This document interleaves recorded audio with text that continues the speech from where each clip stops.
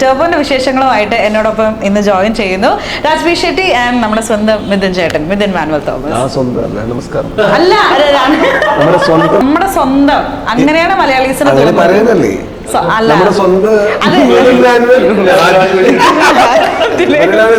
അതിനിടയിൽ വൈശാഖേട്ടന്റെ ഒരു സ്നേഹ ചുംബനം.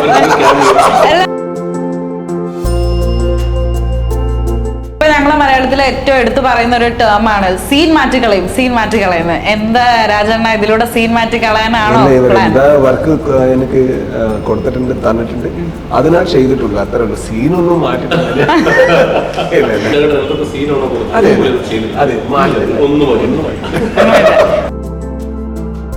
മിഥുൻ ചേട്ടൻ ഒരു മമ്മൂക്ക ഫാൻ ബോയ് ആണോ? ആണ്. നമ്മള് ഈ കഥ ഫൈനൽ ചെയ്ത് അതിന്റെ ഫസ്റ്റ് ഡ്രാഫ്റ്റ് ആയതിനു ശേഷം വൈശാഖേട്ടനാണ് മമ്മൂക്ക എടുത്ത് പറയുന്നത്. അപ്പൊ ലേറ്റർ ഓൺ മമ്മൂക്ക ഈ ഫിലിമിന്റെ ഭാഗമായതിനു ശേഷം ആ ഒരു എക്സ്ട്രാ ബൂസ്റ്റ് അപ്പൊ കൊടുത്തിരുന്നു ഇല്ല? ഈ സിനിമ എന്താണോ എന്റർടൈനർ ആയിട്ട് നമ്മൾ കൺസീവ് ചെയ്തിരിക്കുന്നത് അത് തന്നെയാണ് നമ്മൾ സ്ക്രീനിൽ എത്തിച്ചത്. എക്സ്ട്രാ ചീസി പരിപാടികളൊന്നും എവിടെ എഴുത്ത് തുടങ്ങുന്നത് വരെ മറ്റൊരാൾക്കായി എഴുതുക എന്നുള്ളൊരു ആലോചന തൽക്കാലം ഇല്ല. എനിക്ക് ഏറ്റവും ഇഷ്ടം ഒരു എഴുത്തുകാരനായിട്ട് അറിയപ്പെടാൻ. ആക്സിഡന്റൽ ഡയറക്ടറാണ് ഞാൻ. നമ്മൾ തിരക്കഥ എഴുതിയാൽ നമ്മൾ സംവിധാനം ചെയ്താൽ നമ്മുടെ തന്നെ എനിക്ക് സംവിധാനം ചെയ്യാൻ ആഗ്രഹം തോന്നുന്ന അല്ലെങ്കിൽ കൊതി തോന്നുന്ന ഒരു സിനിമയല്ല ഞാൻ മറ്റൊരാൾ കൊടുക്കേണ്ടത്. പല കഥകൾ പറയാം, പല തരം കഥകൾ പറയാം. Cinemas reality based on the reality of the story. Collaboration is the only thing that can save us from the bigger industry. Kannada cinema, Malayalam cinema എന്ന language barrier ഇല്ല. നല്ല സിനിമ, ഒരു cinema, good cinema. They were very welcoming. It's not about language, it's about content. അപ്പോൾ ഞാൻ ഇദ്ദേഹത്തെ കാണുമ്പോൾ സ്വാഭാവികമായി തമിഴ് എനിക്ക് കൂടുതൽ അറിയാവുന്നൊരു ധാരണ എനിക്കുണ്ട്. ഞാൻ പോയിട്ട് രാജു നമ്മ ക്യാരക്ടർ വന്ന് ഇപ്പടി അപ്പം മലയാളത്തിൽ പറഞ്ഞാൽ Malayalam. Hi, hello everybody. Welcome to Django Space and you're watching our show on air with Meenakshi. So, ഈ വരുന്ന മെയ് 23 നമ്മൾ മമ്മൂക്ക ഫാൻസ് എല്ലാവരും അക്ഷരമായി കാത്തിരിക്കുന്ന ഒരു ദിവസമാണ്. അദ്ദേഹത്തിന്റെ ടർബോ റിലീസ് ആവാണ്. സോ ടർബോന്റെ വിശേഷങ്ങളുമായിട്ട് എന്നോടൊപ്പം ഇന്ന് ജോയിൻ ചെയ്യുന്നു രാജ്ബി ഷെട്ടി ആൻഡ് നമ്മുടെ സ്വന്തം മിഥുൻ ചേട്ടൻ, മിഥുൻ മാനുവൽ തോമസ്. നമസ്കാരം. അല്ല, നമ്മുടെ സ്വന്തം മിഥുൻ ചേട്ടൻ രാജ്ബി ഷെട്ടി. പിന്നെ പച്ച മലയാളം സംസാരിക്കുന്ന എനിക്കറിയാം. അല്ല, ഞാൻ അങ്ങനെ പറഞ്ഞെങ്കിലും ഉണ്ടല്ലോ, ഇദ്ദേഹത്തിനെ നമുക്ക് അങ്ങനെ ഒരു ഗസ്റ്റ് എന്നുള്ള രീതിയിൽ നമുക്ക് അങ്ങനെ കാണാൻ പറ്റില്ല. നമ്മുടെ സ്വന്തം അങ്ങനെയാണ് മലയാളീസിനെ പറയുന്നല്ലേ.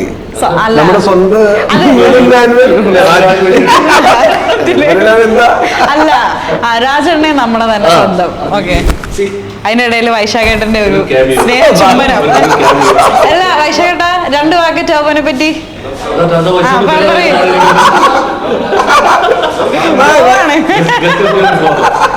അതെ, ഒരു സ്നേഹ ചുംബനം നൽകിയിട്ട് സംവിധായകന് പോയിരിക്കുകയാണ് സിനിമയെ പറ്റി നല്ലപോലെ സംസാരിക്കണേന്ന്. സോ ഞാനിപ്പോ ഇവിടെ സ്വന്തം മിഥുൻ ചേട്ടനെ പറഞ്ഞെങ്കിലും ഇദ്ദേഹത്തിന് ആ കന്നഡയിലുള്ള അതേ ഫാൻസ് അതേപടി തന്നെ മലയാളത്തിലും ഉണ്ട് അല്ലെ? അദ്ദേഹത്തിന്റെ സിനിമകൾ നമ്മള് സ്വന്തമാണ്. ഇതിലൂടെ നമ്മുടെ സ്വന്തമാണ്. കാരണം എന്തൊക്കെ പറഞ്ഞാൽ ആദ്യമായിട്ട് മലയാളത്തിൽ അഭിനയിക്കുന്നത് ഒരു മമ്മൂക്കാന്റെ ആന്റഗോണിസ്റ്റ് ആയിട്ടാണല്ലോ. ഇപ്പൊ ഞങ്ങളെ മലയാളത്തിലെ ഏറ്റവും എടുത്തു പറയുന്ന ഒരു ടേം ആണ് സീൻ മാറ്റിക്കളയും. എന്താ രാജണ്ണ, ഇതിലൂടെ സീൻ മാറ്റിക്കളയാനാണോ? വർക്ക് എനിക്ക് കൊടുത്തിട്ടുണ്ട്, തന്നിട്ടുണ്ട്, അതിനാ ചെയ്തിട്ടുള്ളൂ. അത്ര സീനൊന്നും മാറ്റിട്ടില്ല. I didn't do that. I had done whatever the role required and whatever. See, Vaisha guided me well. പിന്നെ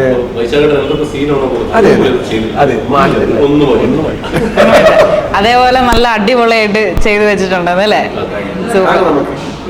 മിഥുൻ ചേട്ടൻ ഒരു മമ്മൂക്ക ഫാൻ ബോയ് ആണോ? ആണ്. ഓക്കെ, അങ്ങനെയെങ്കിൽ മിഥുൻ ചേട്ടൻ ഇതിന്റെ being the writer of this film, ഓരോ സീൻ എഴുതുമ്പോഴും ഈ സീൻ കണ്ടിട്ട് ഓരോ മമ്മൂട്ടി ആരാധകർ ആ ഒരു അഡ്രിനാലിൻ റഷ് ഉണ്ടായിട്ട് സീറ്റിൽ നിന്ന് എഴുന്നേറ്റ് നിന്ന് കൈയടിക്കണം എന്ന രീതിയിലാണോ ഓരോ സീനും എഴുതിയിരിക്കുന്നത്? അല്ല, നമ്മള് ഈ കഥ ഫൈനൽ ചെയ്ത് അതിന്റെ ഫസ്റ്റ് ഡ്രാഫ്റ്റ് ആയതിനു ശേഷം വൈശാഖേട്ടനാണ് മമ്മൂക്ക എടുത്ത് പറയുന്നത്. അപ്പൊ അതുവരെ കഥാപാത്രം മാത്രമേ. അപ്പം ആ കഥാപാത്രം എങ്ങനെയൊക്കെ പോകുന്നു അങ്ങനെയൊക്കെ നമ്മൾ എഴുതിയിട്ടുള്ളത്. പിന്നെ മമ്മൂക്ക വരുമ്പോൾ അതിനൊരു എക്സ്ട്രാ ബൂസ്റ്റ് ചിലപ്പോൾ നമ്മുടെ സീനുകൾക്കും സിറ്റുവേഷൻസും കിട്ടും. അപ്പൊ ലേറ്റർ ഓൺ മമ്മൂക്ക ഈ ഫിലിമിന്റെ ഭാഗമായതിനു ശേഷം ആ ഒരു എക്സ്ട്രാ ബൂസ്റ്റ് അപ്പൊ കൊടുത്തിരുന്നു? ഇല്ല. ഓക്കെ. നമ്മളത് ഈ സിനിമ എന്താണോ എന്റർടൈനർ ആയിട്ട് നമ്മൾ കൺസീവ് ചെയ്തിരിക്കുന്നത് അത് തന്നെയാണ് നമ്മൾ സ്ക്രീനിൽ എത്തിച്ചത്. എക്സ്ട്രാ ചീസി പരിപാടികളൊന്നും ഒന്നും ചെയ്തിട്ടില്ല എന്നുള്ളതല്ലേ. യെസ്. ഇനി ഇതിന്റെ ഡയറക്ടറായ വൈശാഖേട്ടനിലേക്ക് ഞാൻ വരികയാണ്, അദ്ദേഹത്തിനെ പറ്റിയിട്ടൊന്ന് സംസാരിക്കാനായിട്ട്. അതായത് he's A hit maker in Malayalam.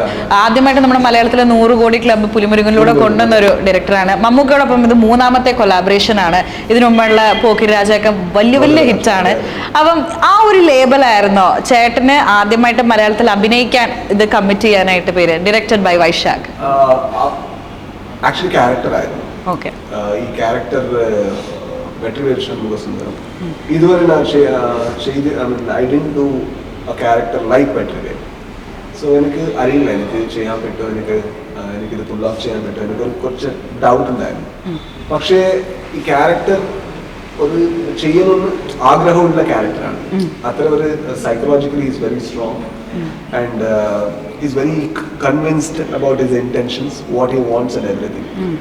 So I think first I was very happy with the character, and then like with the subject, also with the director, and also with the company, and also with the star, you know, that I am acting against. First, I think that would be much more pure to decide when the character resonates with you. Oh. When you feel, oh, this is something like, you know, I need to try. Appo namude korchum kudi effort varum. So this made me to think, this made me to work, and this made me to try to deliver what they have envisioned. അങ്ങനെയാണ് finally വെച്ചുവിൽ പറയുന്ന character ചെയ്യാൻ വന്നത്. മിഥുൻ ചേട്ടൻ being A writer and A director, ഓരോ സിനിമയ്ക്ക് കഥ എഴുതുമ്പോഴും ആ കഥ കുറച്ച് നാൾ നമ്മുടെ ഉള്ളിൽ ഇങ്ങനെ നിൽക്കുമ്പോൾ മേ ബി അത് എനിക്ക് സംവിധാനം ചെയ്യാം എന്നുള്ളൊരു ഇഷ്ടം കൂടിയിട്ടായിരിക്കും ലേറ്റർ ഓൺ അതിൻ്റെ ഒരു സംവിധാനത്തിലേക്ക്. എനിക്ക് അതിൻ്റെ ഒരു ഇത് കറക്റ്റ് അറിയത്തില്ല. രണ്ടാളും റൈറ്ററുമാണ് ഡയറക്ടറുമാണ്. അപ്പോൾ എങ്ങനെയാണ് ഒരു നിങ്ങൾ എഴുതുന്ന ഫിലിം നിങ്ങൾ തന്നെ ഡയറക്റ്റ് ചെയ്യാൻ ഡിസൈഡ് ചെയ്യുന്ന ഫാക്ടേഴ്സ്? ഇപ്പോൾ ഞാൻ തിരക്കഥകൾ ആദ്യമായിട്ട് എഴുതിയത്, പിന്നെ സംവിധായകനായി, ആട് വന്നപ്പോഴത്തേക്ക് സംവിധായകനായി, പിന്നെ എനിക്ക് തോന്നുന്നു ഗരുഡൻ റിലീസാവാൻ ഗരുഡൻ്റെ എഴുത്ത് തുടങ്ങുന്നത് വരെ മറ്റൊരാൾക്കായി എഴുതുക എന്നുള്ളൊരു ആലോചന തൽക്കാലം ഇല്ല, എഴുതിയിട്ടില്ല. പിന്നെ ഞാനിങ്ങനെ ആലോചിച്ചു, എനിക്ക് ഏറ്റവും ഇഷ്ടം ഒരു എഴുത്തുകാരനായിട്ട് അറിയപ്പെടാൻ. ആക്സിഡന്റൽ ഡയറക്ടറാണ് ഞാൻ. അപ്പോൾ ഗരുഡൻ എഴുതി തുടങ്ങിയപ്പോഴാണ് ഞാനിങ്ങനെ ആലോചിക്കുന്നത്, പുറത്ത് എനിക്കിഷ്ടമുള്ള കഥകൾ പുറത്തുകൂടി നമുക്ക് എഴുതി കൊടുക്കാം. അപ്പോൾ ഗരുഡൻ എഴുതി, ഫീനിക്സ് എഴുതി. ഈ 2 സിനിമയും എനിക്ക് സംവിധാനം ചെയ്യാൻ വന്നാലും ഞാൻ സംവിധാനം ചെയ്യും. ഓസ്ലർ വന്നു, മറ്റുള്ള തിരക്കഥയാണ്. ഇപ്പം ടർബോ വന്നു. അപ്പോൾ ഇനി അങ്ങോട്ട് ഇനിയിപ്പോൾ ഞാൻ ഏത് കഥയെ ആലോചിച്ചാലും ഞാനത് എനിക്ക് സംവിധാനം ചെയ്യണമെന്നോ അല്ലെങ്കിൽ മറ്റൊരാൾ സംവിധാനം ചെയ്യട്ടെ എന്നോ അങ്ങനെ വേർതിരിവോടുകൂടി നമുക്ക് ഒരിക്കലും ഒരു തിരക്കഥ എഴുതുന്നത്. കാരണം നമ്മൾ തിരക്കഥ എഴുതിയാലും നമ്മൾ സംവിധാനം ചെയ്താലും നമ്മുടെ തന്നെ സിനിമ. അപ്പോൾ എനിക്ക് സംവിധാനം ചെയ്യാൻ ആഗ്രഹം അല്ലെങ്കിൽ കൊതി തോന്നുന്ന ഒരു സിനിമയല്ല ഞാൻ മറ്റൊരാൾ കൊടുക്കേണ്ടത്. അതല്ലേ എന്റെ ലോജിക്ക്. എനിക്കും കൂടെ സംവിധാനം ചെയ്യാൻ തോന്നണം. ഇത് ടർബോ, ഇത് എനിക്ക് സംവിധാനം ചെയ്യാൻ മാത്രമല്ല കൊള്ളൂ, ഇത് വൈശാഖേട്ടൻ ചെയ്യില്ല, അങ്ങനെ കൊടുക്കാൻ പറ്റില്ല. അപ്പം നമുക്ക് ചെയ്യാൻ തന്നെ തോന്നുന്ന തിരക്കഥകളാണ് നമ്മൾ മറ്റുള്ളവർക്ക് വേണ്ടിയിട്ട് കൊടുക്കുന്നത്. അപ്പം അത്രയും ടർബോ സംവിധാനം ചെയ്യണം എന്ന് ചേട്ടന് മനസ്സിൽ തോന്നിയിട്ടുണ്ടായിരുന്നോ? വൈശാഖേട്ടൊക്കെയും എനിക്ക് ഇഷ്ടമാണ്, ഏത് വന്നാലും ഞാൻ സംവിധാനം ചെയ്യും. അതാണ് അതിന്റെ നല്ല സൈക്കോളജി. പിന്നെ ഇത് വൈശാഖേട്ടനോട് ഞാൻ പറയുമ്പോൾ എല്ലാ സിനിമകളും എനിക്ക് തന്നെ സംവിധാനം ചെയ്യാൻ പറ്റില്ലല്ലോ. ഒരു സിനിമ സംവിധാനം ചെയ്ത് പുറത്തിറങ്ങുമ്പോഴത്തേക്ക് ഏകദേശം 1 വർഷത്തോളം നീണ്ടു നിൽക്കുന്ന ഒരു പ്രോസസ്സാണ്. ആ സമയത്ത് നമ്മൾ വേണമെങ്കിൽ 2-3 തിരക്കഥകൾ നമുക്ക് എഴുതാം. അപ്പോൾ ഇതിൽ ഏത് തിരക്കഥ വേണമെങ്കിലും എന്നോട് ചോദിച്ചാൽ ഞാൻ സംവിധാനം ചെയ്യും. കാരണം എനിക്ക് അത്രയും പ്രിയപ്പെട്ടതായതുകൊണ്ടാണ് ഞാൻ മറ്റൊരാൾക്ക് കൊടുക്കുന്നത്. എന്താണ് അപ്പോൾ വൈശാഖേട്ടന് കൊടുക്കാനുണ്ടായിട്ടുള്ള ഒരു കാരണം? ഈ കഥ എൻ്റെ അടുത്തുണ്ടായിരുന്നു. അപ്പം എഡിറ്റർ ഷമീർ മുഹമ്മദാണ് വൈശാഖേട്ടനെ പരിചയപ്പെടുന്നത്. എനിക്കറിയില്ലായിരുന്നു. വൈശാഖേട്ടനെ അറിയാം, നമ്മൾ പേഴ്സണലി കാണുകയും സംസാരിക്കുകയൊന്നും ചെയ്തിട്ടില്ല. പിന്നെ ഷമീർ വൈശാഖേട്ട സുഹൃത്തുക്കളാണ്. അങ്ങനെ ഷമീറാണ് കൊണ്ടുവരുന്നത്. വൈശാഖൻ കഥ അന്വേഷിക്കുന്നുണ്ട്, ആ ഒരു കഥ വൈശാഖേട്ടന് കൊടുക്കുമെന്ന് ചോദിച്ചു. അപ്പോൾ ഞാൻ നോക്കാം. ഇങ്ങനെ വൈശാഖേട്ടനെ കണ്ടു, സംസാരിച്ചു. ഞങ്ങൾ തമ്മിലൊരു റാപ്പം ഉണ്ടായി, കഥകൾ പറഞ്ഞു. ഞാൻ പറഞ്ഞ കഥകളിൽ ഏറ്റവും അവസാനം പറഞ്ഞ കഥ ഇതാണ് വൈശാഖിന് ഏറ്റവും ഇഷ്ടപ്പെട്ടത്. അദ്ദേഹം സിനിമയാക്കാൻ തീരുമാനിച്ചു. അങ്ങനെ അതിൻ്റെ ഒരു അടുത്തൊരു ഡ്രാഫ്റ്റ് ആയപ്പോഴത്തേക്ക് നമുക്ക് മമ്മൂക്കാൻ്റെ അടുത്ത് പറയാമെന്ന് പറഞ്ഞു. അങ്ങനെയാണ് ടർബോ സംഭവിക്കുന്നത്, മമ്മൂക്കയിലേക്ക് എത്തുന്നത്. വണ്ടർഫുൾ. രാജണ്ണ, അണ്ണ ഒരു ഡയറക്ടറും റൈറ്ററും കൂടി ആയിരിക്കുമ്പോൾ അണ്ണയ്ക്ക് എന്താണ് ഇതിനെ പറ്റിയിട്ട് പറയാനുള്ളത്? എങ്ങനെയാണ് ആ ഡിറക്ഷനിലേക്ക് എത്തുന്ന ഫാക്ടേഴ്സ് തീരുമാനിക്കുന്നത്? അത് എന്താ വെച്ചാൽ നമുക്ക് I cannot actually part myself with writing, direction and other things. Basically we are storytellers. നമുക്കൊരു സ്റ്റോറി ഉണ്ട്, നമ്മുടെ ഉള്ളിലൊരു സ്റ്റോറി ഉണ്ട്. ആ story actually need to show it to the audience only because that when the story comes it has excited us. അതിൻ്റെ ഏതോ ഒരു quality, ഒരു എക്സൈറ്റ്മെന്റ് ഞങ്ങളുടെ ഉള്ളിൽ അത് ആ സ്റ്റോറി ഇമാജിൻ ചെയ്യുമ്പോൾ അതാണ് I need to construct it in a way where that excitement is actually cater to the audience of it. So that is the reason we write and that is the reason we direct. So that's the simplest thing. Why I write is because something excites me and I want to see that in the order and then I want to serve the same excitement to the audience. We are storytellers. We are not writers, we are not directors. We are storytellers. Whatever equipments or skills that is needed to the process of making it a story or storytelling, we arrange it. That's all I think. The question was, how do you choose a particular film for you to direct or somebody else to direct? I have directed almost all the films that I have written. I have directed. One film I gave it to my friend because the character was a little more intense. Like to perform and to direct was a little more because in Toby he was not speaking, so I had to be in a certain zone. So then I needed a little more help. So then I found a director who could actually envision it. So that's how it worked. Most of the time I only I am with you. Okay. ഇനി മിഥുൻ ചേട്ടൻ്റെ അടുത്ത് ഞാൻ രാജണ്ണനെ പറ്റി ഇതിന്റെ ടീസറും ട്രെയിലറും വന്നപ്പോൾ പറഞ്ഞ മലയാളികൾ പറഞ്ഞ 2 കമന്റ് പറയാം. മിഥുൻ ചേട്ടൻ അതിനൊന്ന് റിയാക്ട് ചെയ്യണം. Alright. So Raj B Shetty will be the talk of town after Turbo. അതങ്ങനെ തന്നെ സംഭവിക്കട്ടെ. ഓക്കെ. അടുത്തത് ഒരു minute. Casually coming and stealing the show. നിങ്ങൾ കാണും. അതെ, 23-ാം തീയതി നമുക്ക് തന്നെ കാണാം. We are team actually. We are all team and any compliment to any part of this film is actually deserved by whole of the film, whole of the team. So anything, please watch it later and then decide for yourself. So ഇതിനകത്ത് ആ ഒരു mass scene നമ്മൾ കണ്ടിരുന്നു. എനിക്കത് കണ്ടപ്പോൾ ഞാൻ ആ film മൊത്തം കണ്ടിട്ടില്ല. ശിവരാജ് കുമാർ സാറിൻ്റെ മഫ്തി എന്ന് പറയുന്ന ഫിലിമിൽ ഇതേപോലെ ഒരു ഹെലികോപ്റ്ററിൽ നിന്നൊരു ഇൻട്രോ സീനുണ്ട്. അപ്പോൾ അതാണ് എനിക്ക് ഇത് കണ്ടപ്പോഴത്തേക്ക് ആ ഒരു മാസ് എലമെൻ്റ് ആയിട്ട് എനിക്ക് പെട്ടെന്ന് ഓർമ്മ വന്നത്. അപ്പം കന്നഡ ആൻഡ് തെലുങ്കു ഫിലിംസിൽ ഇതേപോലെ ഒരുപാട് മാസ് സീനുകൾ എപ്പോഴും ഉണ്ട്. അപ്പം എങ്ങനെയാണ് നിങ്ങൾ അതിനെ ഫ്രെയിം ചെയ്യുന്നത്? കാരണം മലയാളത്തിൽ നമ്മളെപ്പോഴും എന്താ പറയുക, ഭയങ്കര റിയലിസ്റ്റിക് ആയിട്ടുള്ള മാസുകളാണ് നമ്മളെപ്പോഴും ചേർക്കാൻ നോക്കുക. So how does that work in your industry? It's not about realistic at all for me. So I always tell you, the moment you put a costume, the moment I cannot behave like Rajbir Shetty in front of the camera. I'm acting, so it is not real. The moment I put a makeup, the moment I put a costume, the moment somebody light it up, it is not real anymore. Apo, what is the reality of cinema? Cinema's reality based on the reality of the story. Apo, the moment you come to Turbo, there is a story world which has a reality which is exaggerated reality, but still it is real in that world. And the reality depends on who is acting in the film. Only if Mammootty sir hitting that way, if somebody falls, we can believe because there is an energy that is generated towards the star because of the work that he has done over decades. അത് അതിന്റെ റിയാലിറ്റിയാണ്. ഇപ്പോ ആ പ്ലേസിൽ വേറെ പുതിയ ആൾക്കാർ വന്നിട്ട് അത് ചെയ്താൽ നമുക്കത് ബിലീവ് ചെയ്യാൻ പറ്റില്ല. Because he doesn't have the love and energy of the audience towards him in the same way. I think we cook up reality. There is nothing called as reality in cinema. Mad Max Fury Road, is it real? It is exaggerated to the core. But it looks real. See? So it is not at all. Jurassic Park, is it real? No. Yeah, it is. Everything is a reality that's been exaggerated to serve in a certain purpose, or sometimes it's been made mellow to serve a purpose. Reality nobody wants to see, nobody wants to hear. Okay. Because it's so boring.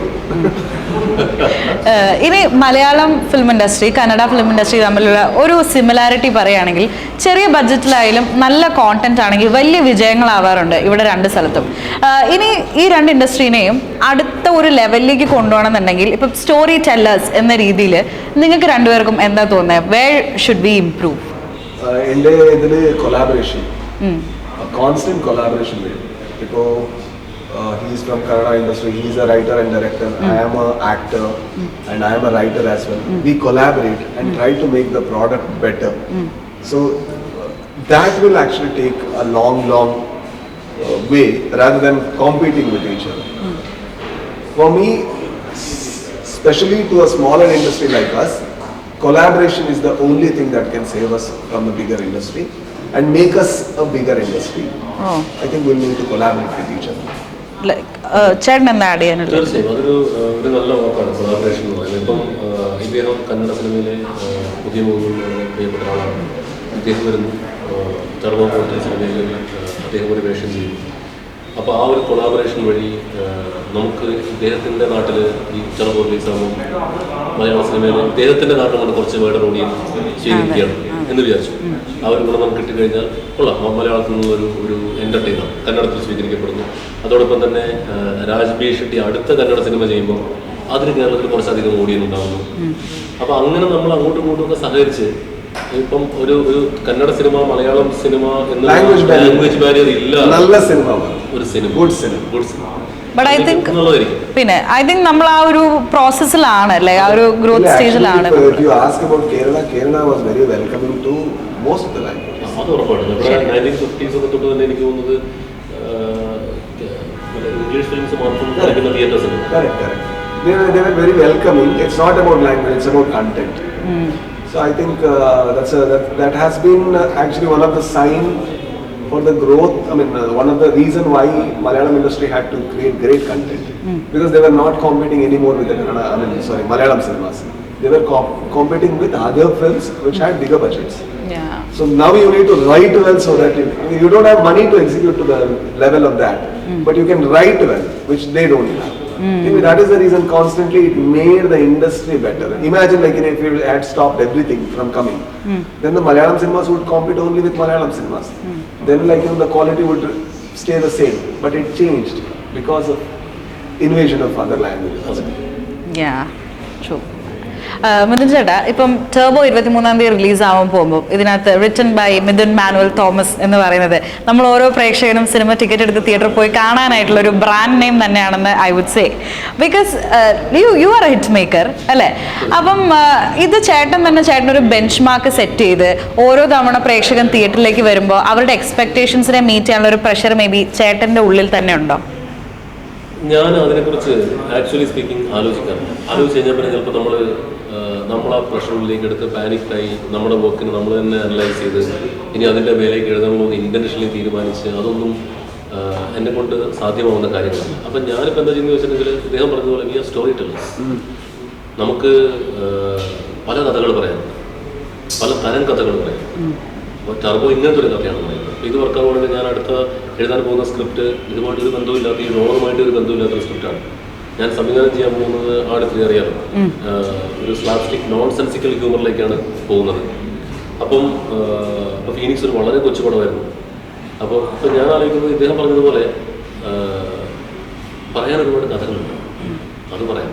ചില കഥകൾ ആൾക്കാർ സ്വീകരിക്കും, ചിലത് ചിലപ്പോൾ സ്വീകരിക്കില്ലായിരിക്കും. എല്ലാ കഥകളും സ്വീകരിക്കട്ടെ എന്ന് വിചാരിച്ചിട്ടാണ് ചെയ്യുന്നത്. ചിലത് സ്വീകരിക്കില്ലായിരിക്കും, പരാജയങ്ങൾ സംഭവിക്കാം, വലിയ വിജയങ്ങളുണ്ടാകും. ഇതൊന്നും നമ്മളെ ഒരു തരത്തിൽ വലിയ വിജയങ്ങളുണ്ടാകുമ്പം ഈ പറഞ്ഞ് മതിമറന്ന് സന്തോഷിക്കുകയോ അല്ലെങ്കിൽ കനത്ത പരാജയങ്ങൾ ഉണ്ടാകുമ്പോൾ കണക്കിൽ കൂടുതൽ സങ്കടപ്പെടാനോ ഒന്നും ഇല്ല. കാരണം സിനിമയാണ്. എനിക്കിഷ്ടപ്പെടുന്ന കഥ താങ്കൾക്ക് ഇഷ്ടപ്പെട്ടവരല്ല, നമുക്ക് രണ്ടുപേർക്കും ഇഷ്ടമാവുന്ന കഥ ഇദ്ദേഹത്തിന് ഇഷ്ടപ്പെട്ടവരല്ല. അപ്പോൾ ഒരു മൾട്ടിറ്റ്യൂഡിന് ഇഷ്ടമാകുന്ന കഥ പറയാൻ വേണ്ടി ശ്രമിക്കുന്നവരാണ് നമ്മൾ. ചിലപ്പോൾ അതിന് മൈനോറിറ്റിക്ക് അവിടെ ഇഷ്ടപ്പെടുന്നു, ഒരു മൾട്ടിറ്റ്യൂഡിന് ഇഷ്ടപ്പെടുന്നു. എന്ത് ചെയ്യാൻ പറ്റും? അപ്പോൾ ഇപ്പോൾ ടർബോ കഴിഞ്ഞതിന് ശേഷം എന്ത് എന്നുള്ളത് ഞാൻ ആക്ച്വലി ആലോചിക്കുന്നില്ല. കാരണം നമ്മൾ പ്ലാൻ ചെയ്ത കഥകൾ പറഞ്ഞുകൊണ്ടേയിരിക്കും. അങ്ങനെ ഞാൻ ആലോചിക്കുന്നു. അല്ലാതെ നമ്മൾ ഒന്നിന് മുകളിലേക്ക് ഒന്ന് പറഞ്ഞ് ആലോചിച്ച് പോയി കഴിഞ്ഞാൽ ഒരു ചെറിയ സിനിമ ചെയ്യുന്ന അതിനൊന്നും എന്ത് ചെയ്യും, ഒരു ചെറിയ കഥ പറയണമെന്ന് അതിനൊന്നും എന്ത് ചെയ്യും. അപ്പോൾ അങ്ങനെ നമ്മൾ സിനിമയുടെ വലിപ്പങ്ങൾക്കനുസരിച്ചല്ല നമ്മുടെ ഒരു പ്ലാൻ രൂപപ്പെടുന്നു. നമുക്ക് മനസ്സിലുള്ള കഥകൾ പറഞ്ഞുകൊണ്ടിരിക്കും. പക്ഷെ വൺ ആഫ്റ്റർ ദി അതർ എപ്പോഴും വെറൈറ്റി ചൂസ് ചെയ്യുന്ന ഒരു റൈറ്റർ ആൻഡ് ഡയറക്ടറാണ് ചേട്ടൻ. അതെപ്പോഴും ആ ഓഡിയൻസിന്റെ ഒരു ഇത് നോക്കിയിട്ട് ആ ഒരു പൾസ് ഇറങ്ങി ചെയ്യുന്ന ഒരു കാര്യമാണ് അല്ലേ? അങ്ങനെയും പറയാൻ പറ്റില്ല. കാരണം നമ്മൾ ഡിഫറെന്റ് കാര്യങ്ങൾ അറ്റംപ്റ്റ് ചെയ്യുന്നു. അതിപ്പോ ഓഡിയൻസിന്റെ പൾസ് ഇപ്പൊ കേരളത്തിൽ ഇപ്പൊ വിജയിച്ച ഈ വർഷം വിജയിച്ച സിനിമകളുടെ ലിസ്റ്റ് എടുത്താൽ ഇതിന് തൊട്ട് അബ്രഹാം റോഡ് തുടങ്ങിയ നമ്മുടെ അടുത്തുള്ള വിജയ സിനിമകൾ പലതും പല ജോണറുകളാണ്. ഇപ്പം മഞ്ഞുമൽ ബോയ്സ്, ആടുജീവിതം, എൻ്റെ ഡിഫറെന്റ് ആയിട്ട് പ്രേമൽ, രമയുഗം എന്നൊക്കെ പറഞ്ഞിട്ട് ഇപ്പൊ അത് ആവേശം, ഇതൊന്നും അങ്ങോട്ട് പരസ്പരം അധികം ബന്ധമില്ലാത്ത തരം സിനിമകളാണ്. അപ്പം പ്രേക്ഷകർക്ക് ആവേശം ഇഷ്ടമാകുന്നു, പ്രേക്ഷകർക്ക് ആവേശം പോലത്തെ സിനിമ ചെയ്യുക എന്നുള്ളതല്ലോ. നമ്മൾ ഏത് ജോണറിൽ സിനിമ ചെയ്യുന്നു ആ ജോണറിൽ സിനിമ നന്നായി ചെയ്യാൻ സാധിക്കും. പലതരം ജോണറിൽ പലതരം സിനിമകൾ വരട്ടെ, അപ്പൊ അതേ നമുക്ക് ചെയ്യാൻ പറ്റും. അപ്പൊ അതിനകത്ത് പ്രേക്ഷകരുടെ പൾസ് അറിയുക എന്നുള്ളത് എനിക്കറിയില്ല, എന്റെ കയ്യിൽ ആ ട്രിക്കില്ല. അല്ല രാജേട്ടൻ, ഇപ്പം 2024 ഈ ഒരു പുതിയ വർഷം തുടങ്ങിയിട്ട് മലയാള സിനിമയെ സംബന്ധിച്ചിടത്തോളം വളരെ നല്ല വർഷമാണ്. ബിക്കോസ് ഇറങ്ങുന്ന ഓൾമോസ്റ്റ് എല്ലാ ഫിലിംസും ഹിറ്റാണ്. Did you watch any of these or you watch all of them? I watched many of them. So and Avesham, I had an interaction with the team in the script stage for something. Okay. Because the character was a Bangalore based Bangalore, and the subject was based Bangalore. The director knew Bangalore, and Brahma Yudham I have seen.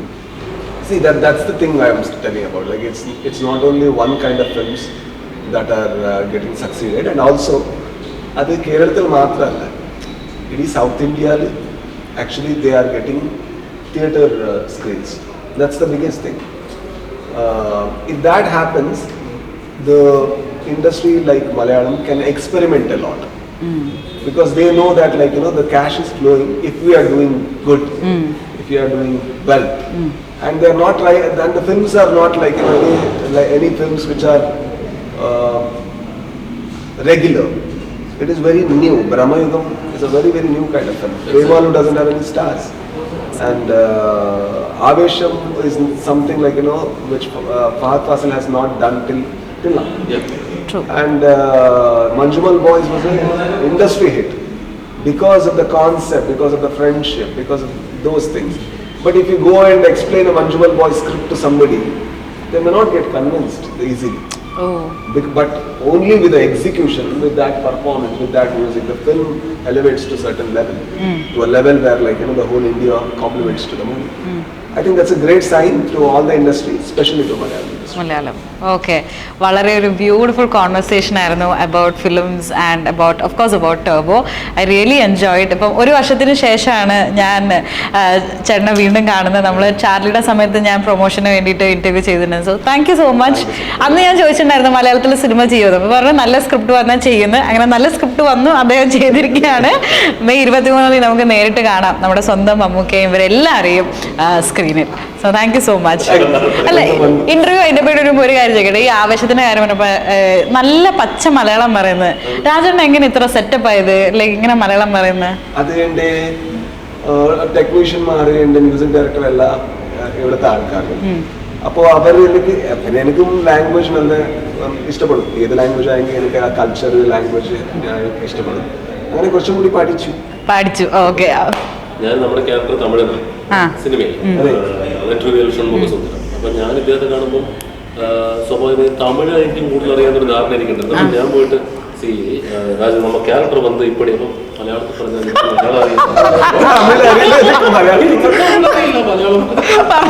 ബുദ്ധിമുട്ടാണ് അതല്ലേ? അടിപൊളി. ഞാൻ കഴിഞ്ഞ തവണ ഇന്റർവ്യൂവിന് കന്നഡയൊക്കെ പഠിച്ചിട്ടായിരുന്നു, എന്നെ അടിച്ചു പൊളിച്ച് ഞാനിപ്പോ മലയാളം പറഞ്ഞത്. അപ്പം എന്തായാലും താങ്ക് യു സോ മച്ച് രണ്ടുപേർക്കും, നമ്മുടെ സ്വന്തം രാജണ്ണയ്ക്കും നമ്മുടെ സ്വന്തം വിധിച്ചേട്ടനും താങ്ക് യു.